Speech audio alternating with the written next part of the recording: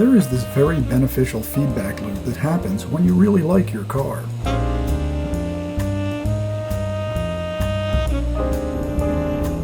You tend to pay more attention to it.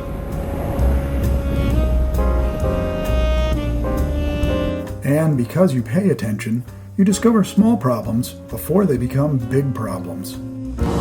I noticed that the 190E was beginning to sound a lot louder. It was time to pull it into the library and get it up on jack stands. The exhaust system underneath the 190E 2.3 is in three major sections: the oxygen sensor and catalytic converter,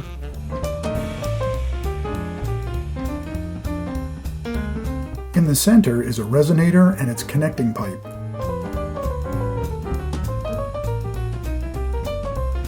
And at the rear is a muffler assembly with a diagonally curved pipe.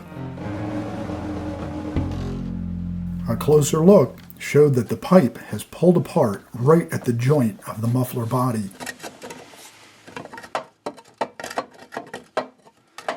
The entire exhaust system is isolated from the body on these rubber mounting points. I don't do welding, but fortunately this whole section of the exhaust system is available from several different vendors. I shopped around and I found a wide variety of options from different manufacturers. Some of the brands I've never heard of. Others were familiar original equipment suppliers to Mercedes-Benz. The prices for this segment varied a lot as well, from under $100 to over $200. I ordered the muffler online from a brand I have heard of, and that was also turned out to be one of the more reasonably priced. It arrived in 2 days. While unboxing it, I noticed some very good features. It came with the factory-style circumference clamp. And it had this metal rod welded on as a diagonal side brace between the pipe and the muffler body for extra support. The main components are all aluminized with a protective anti-rust coating. But the brackets are simply mild steel, and where they have been welded, they already have a faint layer of rust. A few minutes with an abrasive pad will clean that up enough for it to hold high-temperature paint.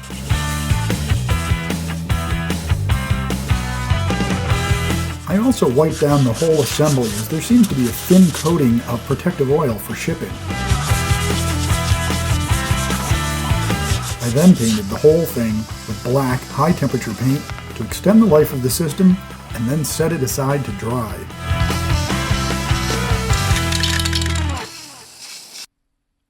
You can easily find exhaust clamps at the local auto parts store suitable for various diameter pipes. The drawback I see with U-bolt clamps is that they apply clamping forces most strongly in just two directions, the top and the bottom. I prefer to use the circumference-style clamps that tighten all the way around the pipe and exert the force more evenly. Either style will work fine, but I do like to upgrade the hardware they provide.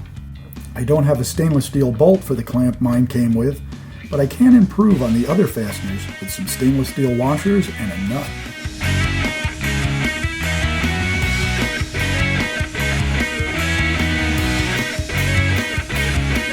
Not only will the stainless steel hold up against rust longer, it will make removing the clamps much easier in the future.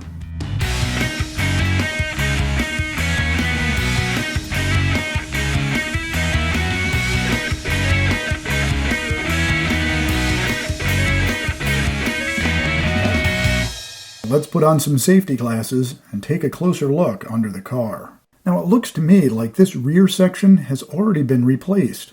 The first thing I notice is the stickers and labels on the bottom of the muffler. The original would not have come that way from the factory. Next are these rubber donut-style exhaust hangers. These are a popular aftermarket item and they do work fine. But there are other ones of a better design. The third clue is this U-bolt style exhaust clamp. We can certainly use a more robust style clamp. When I see those three things together, it makes me think this rear muffler assembly has already been replaced before. The issue with the donut style mounts The rear muffler can bounce up and down, causing the pipes to flex at the welds in the clamps. The upgraded rubber mounts are form-fitting to the mounting bracket hardpoints and include a stiff center section that keeps the system from bouncing upwards. This greatly reduces the chances of getting stress-related cracks. Let's get started by removing the rusty old clamp.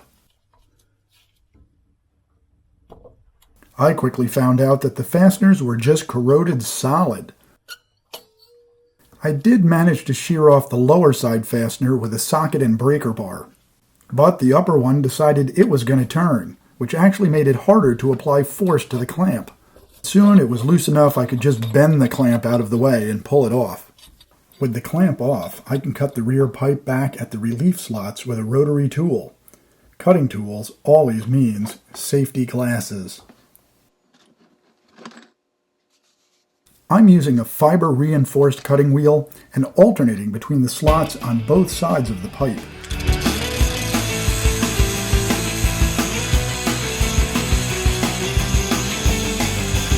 I also used the edge of the wheel to break the tight bead of rust on the leading edge of the rear pipe. As I made progress, I pried the leading edge of the pipe back with a screwdriver. Removing the rubber mounts and the rusted out muffler allows greater freedom of movement to pull the pipes apart.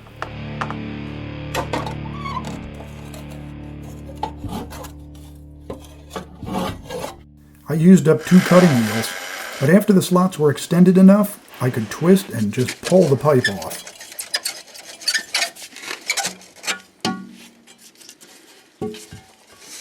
Next, I used a grinding stone on the rotary tool to flatten the rust ridges down. I'm going to smooth up the region here on the old pipe where they join with a little abrasive pad. It will be easier to slide the new pipe on, and I want this to make a good seal. The new section is going back on the same way the old came off. This part was not easy, and it took me several minutes knocking it with a rubber mallet to slowly get it to connect all the way. With the pipes tightly together, I could firmly tighten up the clamp. I want the clamp in the overlap area of the joint, so I'm going to tap it in place with a hammer. Nut and bolt are both 13mm, and they need to be cranked down hard.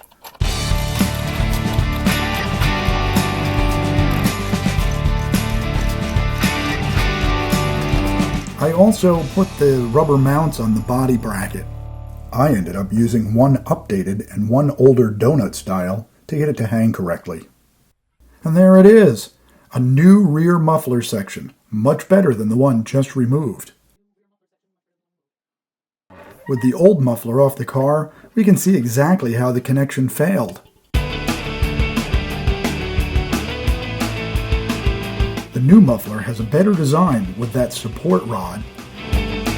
It has more corrosion protection, a more robust clamp, and a better rubber mount.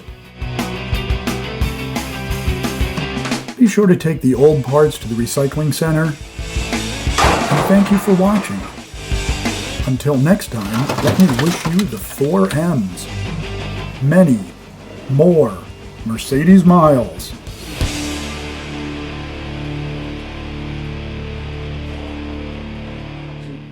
With the light up here a little bit, it's almost like I need a fill-in down here on this. Yeah, it's a little dark. Now, do you want waypoints on this? No, I think all the action's going to be... Major funding for this program was made possible by... All right, so let me get back... Subscribers like you. All right. Okay, rolling. Thank you. Rolling. Okay. And action.